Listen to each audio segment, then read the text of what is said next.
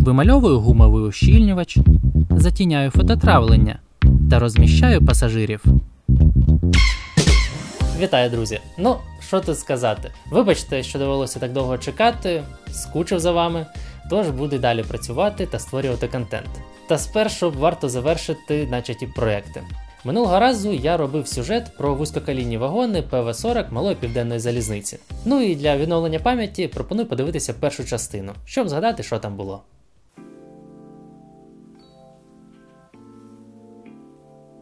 Минулого разу я зібрав два вагони ПВ-40 та підготував їх до фарбування, що буде розділено на два етапи – фарбування салону з рамою та окрема кузова. Сама модель налічує безліч деталей з фототравлення та металевих дротів. Для надійної фіксації фарби на цих елементах треба обов'язково ґрунтувати модель. Тож, з цього і почну.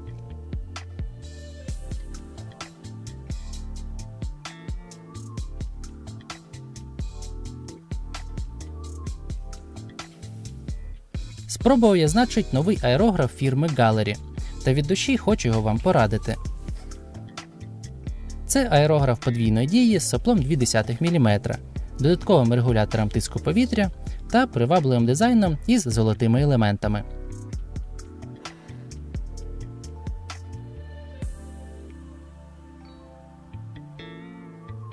Тіло аерографу має сквозний отвір біля тефлонового кільця, тож його буде зручно чистити та обслуговувати.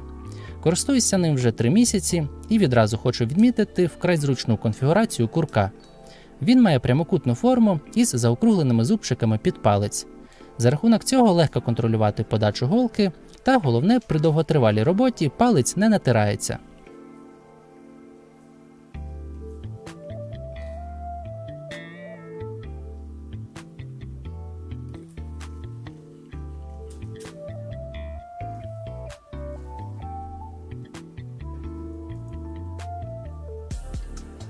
Наступна особливість – це, я би сказав, інноваційна конструкція сопла, що виглядає наступним чином.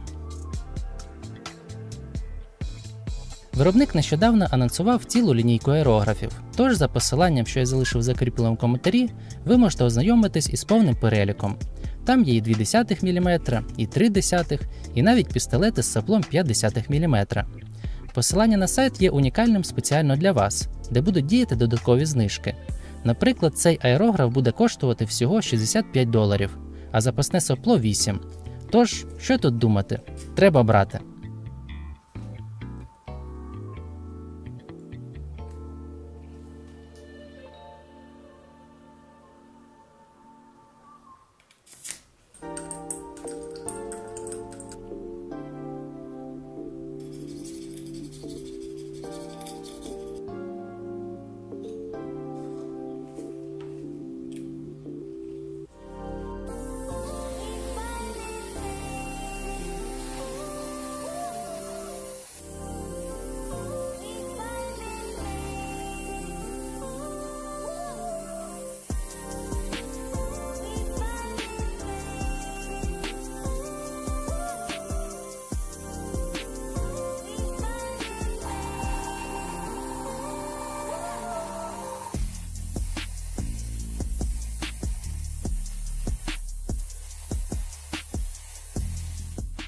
Повертаючись до моделі, салон має гарне деталювання із окремими поручнями, стійками під крісла та імітацією дверей до тамбуру.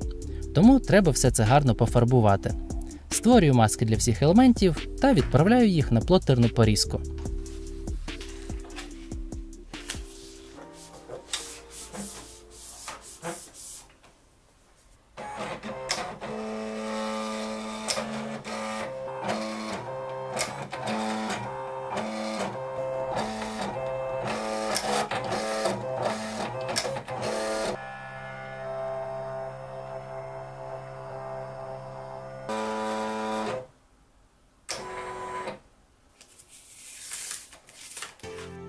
Тепер треба продумати послідовність фарбування. Простіше за все буде замаскувати тамбур та перегородку до туалета. З них і починаю. Згідно до фото, стінки та стеля мають біле забарвлення.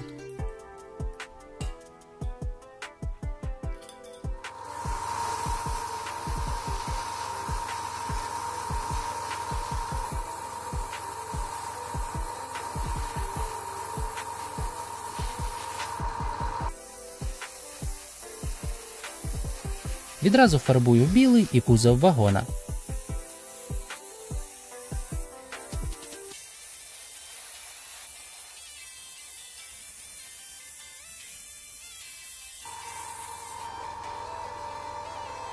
Чекаю, поки фарба висохне, та закриваю білі ділянки заготовленими масками.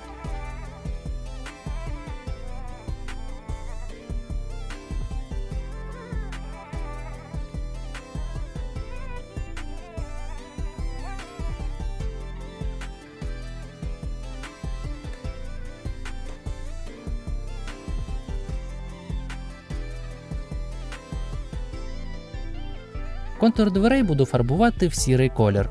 Так вони будуть виглядати як окрема деталь.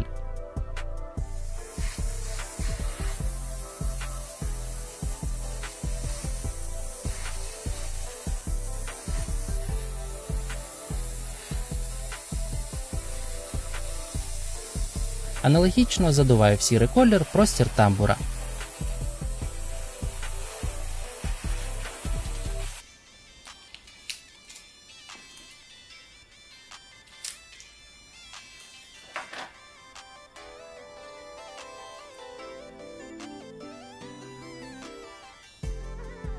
Далі замішую колір кожзаму для виділення м'яких елементів крісел. Колір, звісно, вирві глазний. Ну, що поробиш, все згідно прототипу.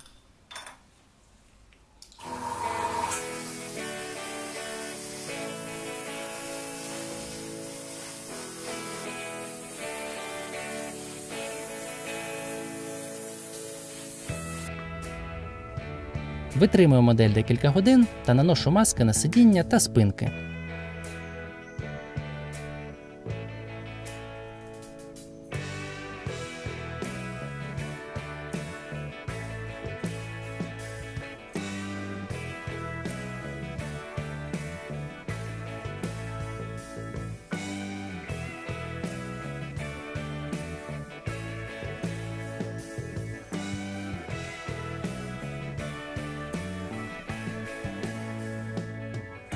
Далі ж буду задувати чорним кольором проміжок між стійками крісел та їх лицьову частину.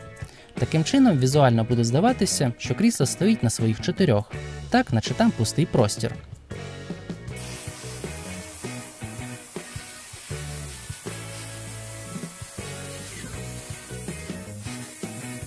Задуваю і наношу малесенькі трикутники.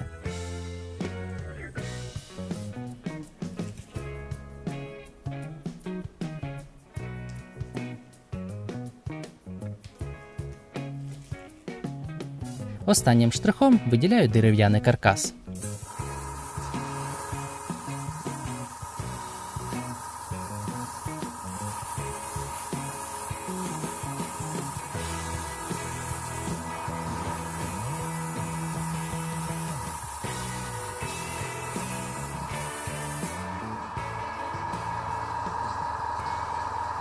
Почавши знімати маски, мені стало боляче, бо гляньте, яка фігня коїться.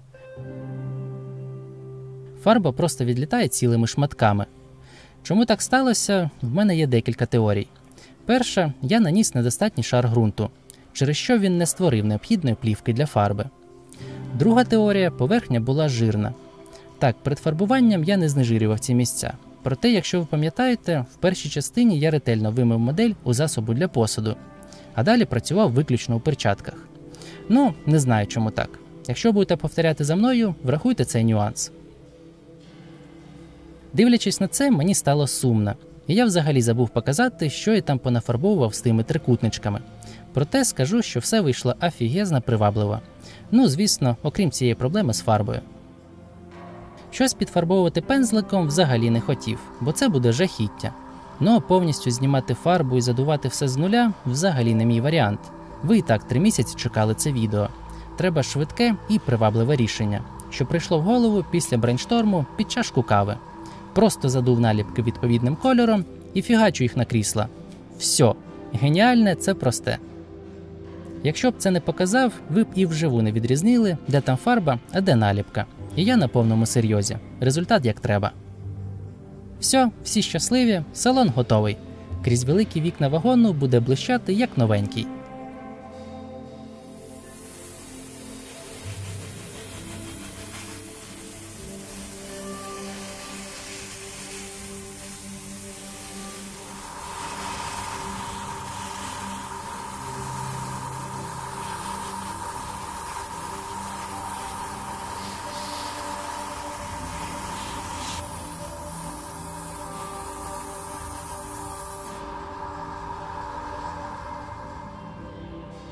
Тепер щодо ходової частини.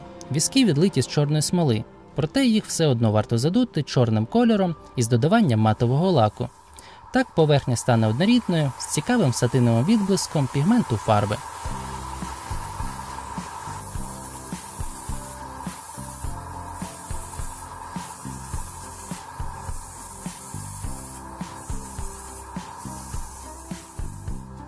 Щепка моделі виконана з фототравлення конструкції накидна петля. Так як це рухомий елемент, що буде постійно піддаватися тертю, просто пофарбувати його не можна. Буду використовувати спеціальний розчин для чорніння металу. Змочую ватну паличку та наношу тонким шаром.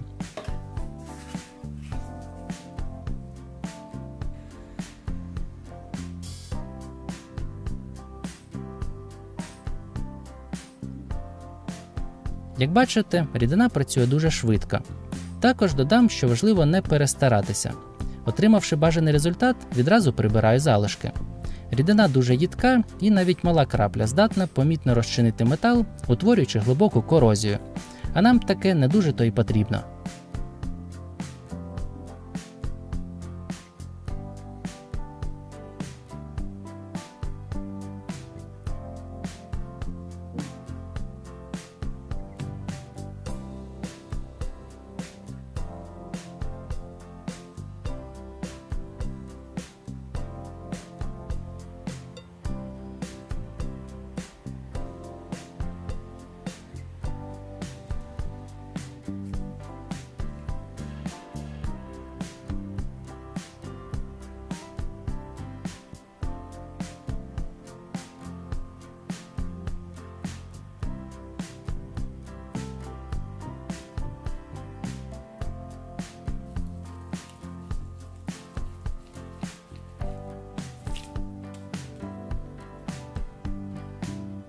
На цьому основна робота над шасі завершена. Можна переходити до кузова вагона. Та спершу хочу виразити велику подяку моїм спонсорам. Ваш вклад у створення контенту безцінний. Дуже дякую!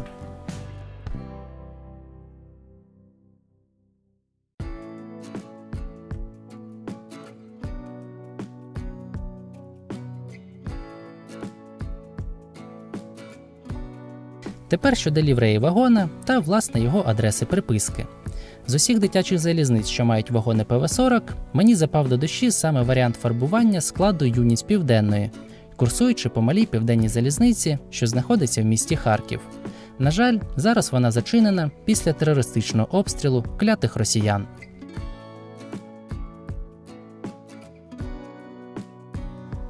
Як із салоном, спершу треба встановити послідовність фарбування.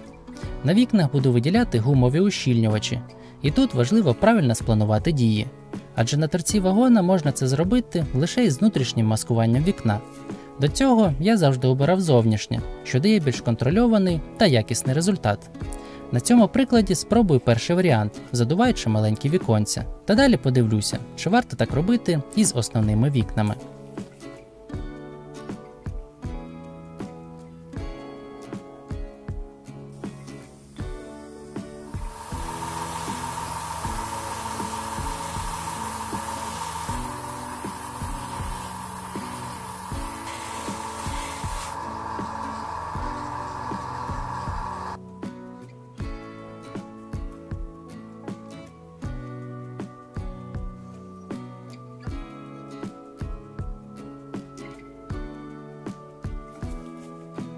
Площа контакту маски до ущільнювача мінімальна, тож в процесі жодним чином не можна її чіпати. Це перший та головний нюанс внутрішнього маскування.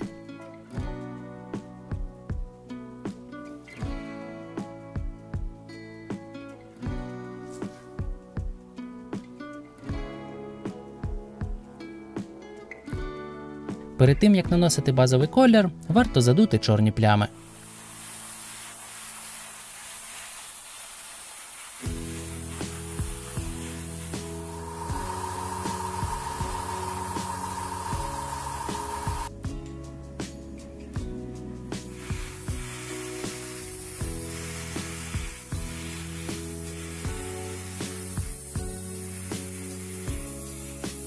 Все наче було добре, але подивившись дисплей камери, зрозумів, що зелений якийсь занадто кислотний. Та потім згадав, що в камері вімкнений пресет із фільтрами. Вимкнувши його, все стало виглядати більш достовірно. Ще раз, з пресетом і без. З пресетом без. Тому продовжую із такими налаштуваннями.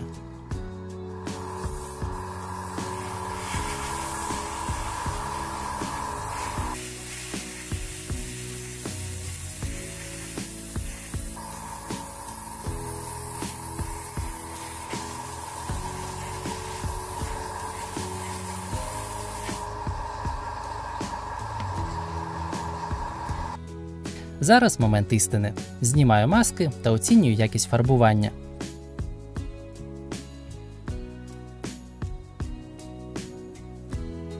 І знаєте, я здивований. На жодній масці немає задувок, а ущільнювач виглядає просто ідеально. І головне, що мені вдалося зробити його чітко по контуру і з мінімальною товщиною. Тому і надалі буду слідувати такій послідовності.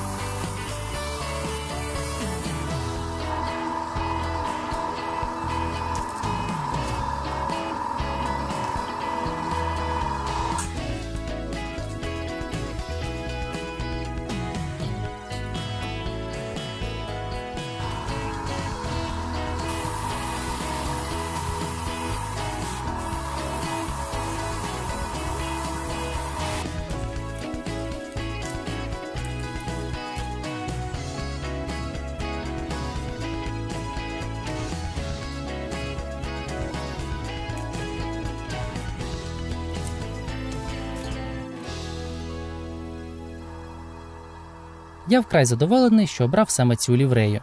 В реаліях сьогодення дуже не вистачає яскравих кольорів, а ці вагони гріють душу та тішать око. А ще коли вони поїдуть по макету, то буде взагалі казка. На цьому із фарбуванням все. можна переходити до нанесення декалей.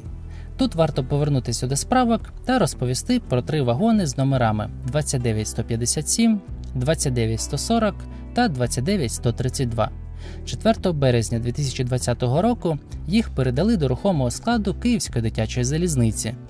Тож я вирішив зберегти пам'ять про цей відрізок історії та наношу на моделі відповідно номери 29132 та 29157.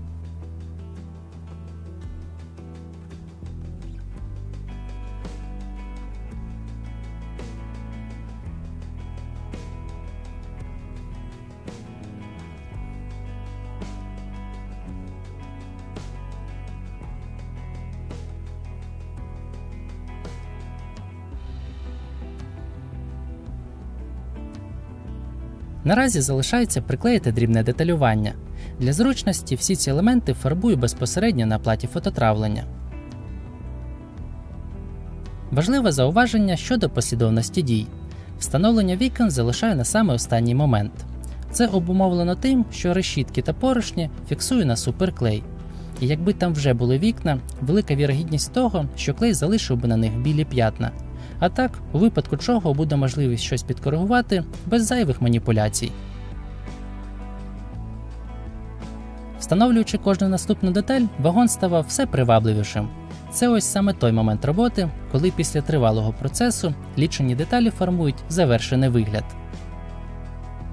Ну, тепер можна і встановлювати вікна. Вагон проглядається наскрізь, що робить видимою кожну деталь салону. Тому варто пофарбувати проміжок між виступаючими елементами. З внутрішньої сторони маскую контур вікна та задуваю білою фарбою.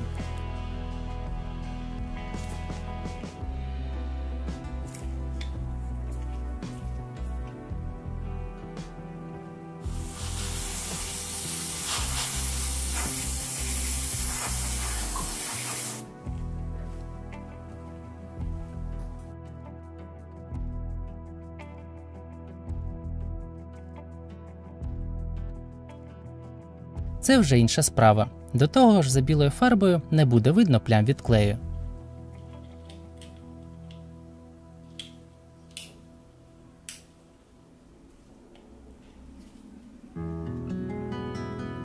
Ну слухайте, це естетичне задоволення. З вікнами вагон засяяв ще більше. Сподіваюся, ви теж відчуваєте ці емоції. Схоже все, робота над кузовом завершена. Варто повернутися до салону та подарувати життя одиноким кріслам. Такс, тут буде приваблива дівчина, що фліртує з 2 хлопцями.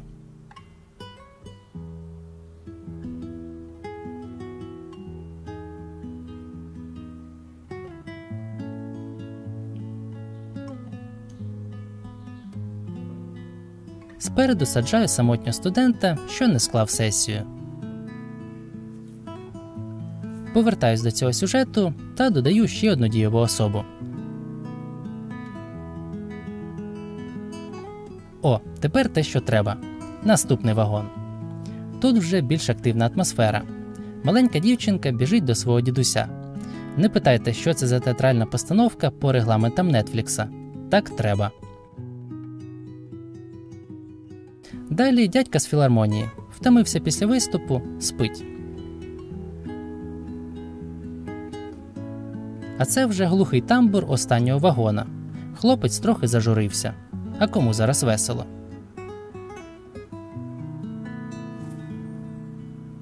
Ну і все, на цьому можна зупинятися. Як на мене, фігурки створили затишок подорожі із друзями. Особливо після суботника на території Запорізької дитячої залізниці. ЗНТУ Електрофак, привіт!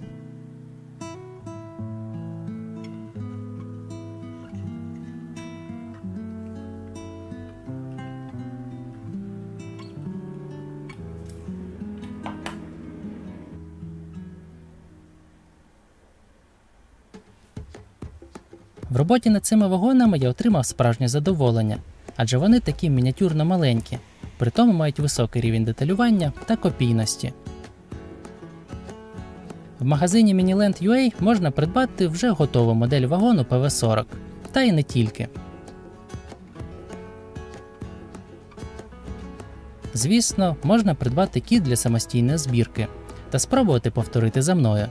Сподіваюся, я зробив доступний майстер-клас, що буде в нагоді. Також в магазині Miniland.ua можна знайти супутні товари для створення власного макету, апгрейду рухомого складу та навіть придбати готову діаграму. Дякую за увагу! Сподіваюся, більше не буде таких затяжних пауз між публікацією відео. Скажу більше, зараз розмірковую над новими форматами. Та все згодом. Пишіть свої враження та за наявності критику. Подискутуємо. А сьогодні на цьому все. До зустрічі, друзі!